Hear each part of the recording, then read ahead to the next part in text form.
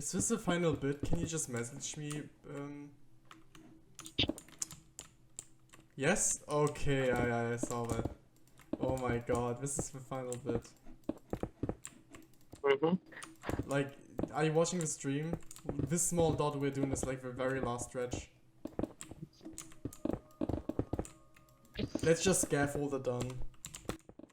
I'm watching it. I'm trying to get my ass back over there. I fucking having it like. Let's just give a fuck about a special moment. Just Oh, let's it's scaffold this just like this dude. There we go. You want the honor or? Yeah, I'll leave you the honor. There we go, easy. So RICKROLL has been finished a few days ago, and instead of messaging a big YouTuber to publish it for us and give it clout, we just simply decided to do it ourselves, since there's been a lot of false information spread with a video that FitMC already published on this topic. So in this video I'll go over the start, the failure, the upgrades, the progress, and everything that this project had behind it. And also just clear up the false information that was in FitMC's video. So basically the Watchman started the project, but we continued on it later. So basically the Watchman first off did an OVO project that was 1.8 million obsidian big. And afterwards another group, I think it's called the Japanese Army, made another project that is an image of Pakura Usada being 2.1 million obsidian. So they took the record from the Watchman. So they wanted to retake it and made a RICKROLL that was 6.3 million obsidian large. And they didn't start it very smart, to be exact. So they publicly announced it, made a sub Discord for it, and it was a complete mess. In weeks of effort they only got 150k placed, and that was because of the Japanese army also making a subgroup called the Air Destroyers to prevent progress. So the first point that FitMC got wrong is, he stated that, well, they only placed 150,000 obsidian in weeks. That is correct, they haven't placed more. But he also said, running out of obsidian, they had no choice but to purchase shulkers from item shops for real-world money.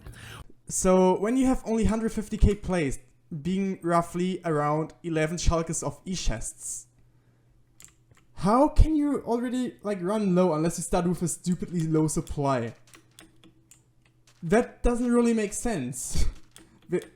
If you have weeks to only place a few e-chest shulkers, how don't you just manage to get more supply? Also, when we took over the project, Neo Paladin, the back then announcer of the Watchman RICKROLL project, donated us 1.5 million obsidian, so it doesn't make any sense that they had shortage after weeks of only placing 150k. So what I think was the case is that only specific members tried it for whatever reason. Also, FitMC proceeded to say, one of the largest shop owners on the entire server, Redstoner, was actually friends with the Air Destroyers. He would refuse to sell any obsidian to the Watchmen, and using his connections in the merchant community, would get them blacklisted from every major shop. Okay, so that point is complete bullshit. So, when you block someone from the shop, how are you gonna know it's a Watchman member and one not? You can't just use alt accounts, you could just pretend to buy for some other reason. I don't exactly get it. Also, there's so many shops, there's always gonna be a smaller shop owner who will sell you a bit. And they never try to actually purchase shulkers.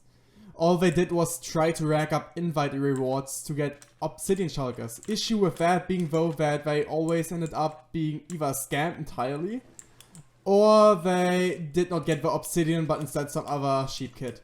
Because they were not able to choose, but they weren't exactly also being smart enough to read, they couldn't choose. And after weeks of failure, the Watchman gave up. But one man named BugPeeman, he wanted to continue the RICKROLL project.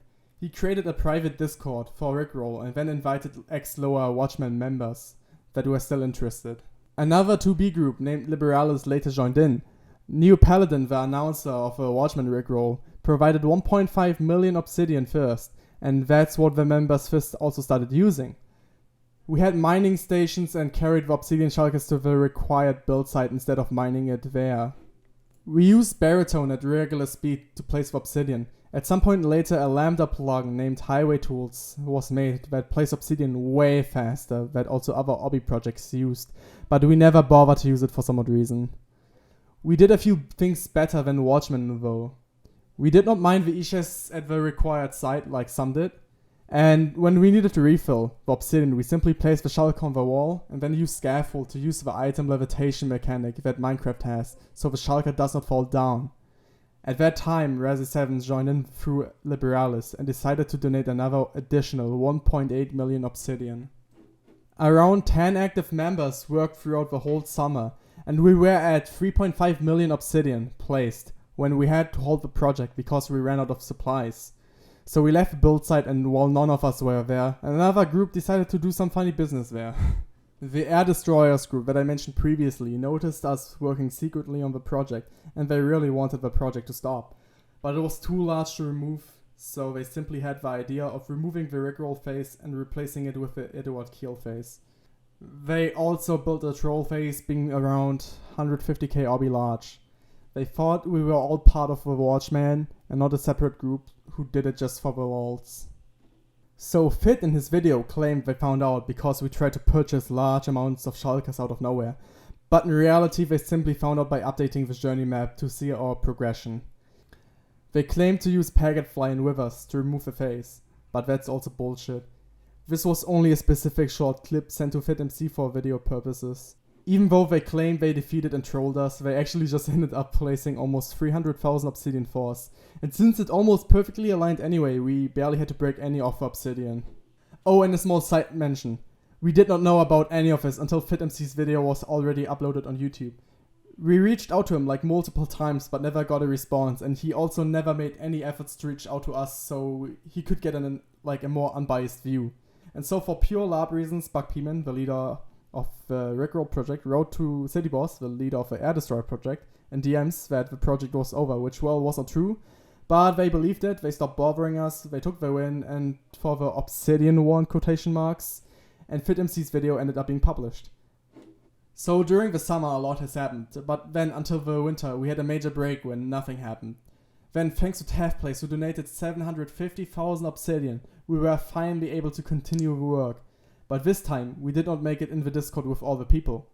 Some were inactive, and this also caused active members to lose trust in the members of the Discord. So once again, a new private Discord was formed with only 5 people inside. At the end, it was like 10 members. While placing, Resi7 made a bonkers find of a 2000 dub stash, that was me, including 7 million obsidian, way more than we really ended up needing. So we went all back to work. Progress was relatively slow since members soon after lost interest or could not pay for priority queue, but nonetheless progress continued.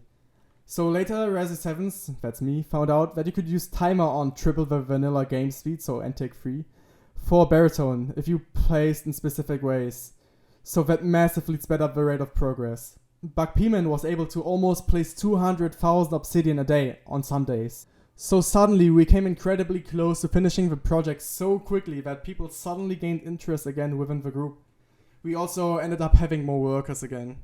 Now with only 500,000 obsidian missing, Oofplugs, the biggest 2B2T cloud chaser, managed to convince FitMC to make another video of him on his obsidian defacing project.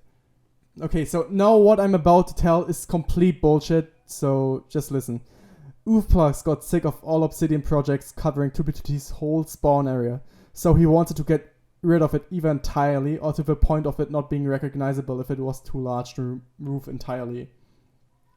So a clown friend of his coded a baritone fork that allows you to break obsidian AFK, so they ended up removing the whole Edward Keel phase, which Oofplugs himself placed, just for FitMC Cloud. Literally, he doesn't care about it at all. He just does it all for Cloud.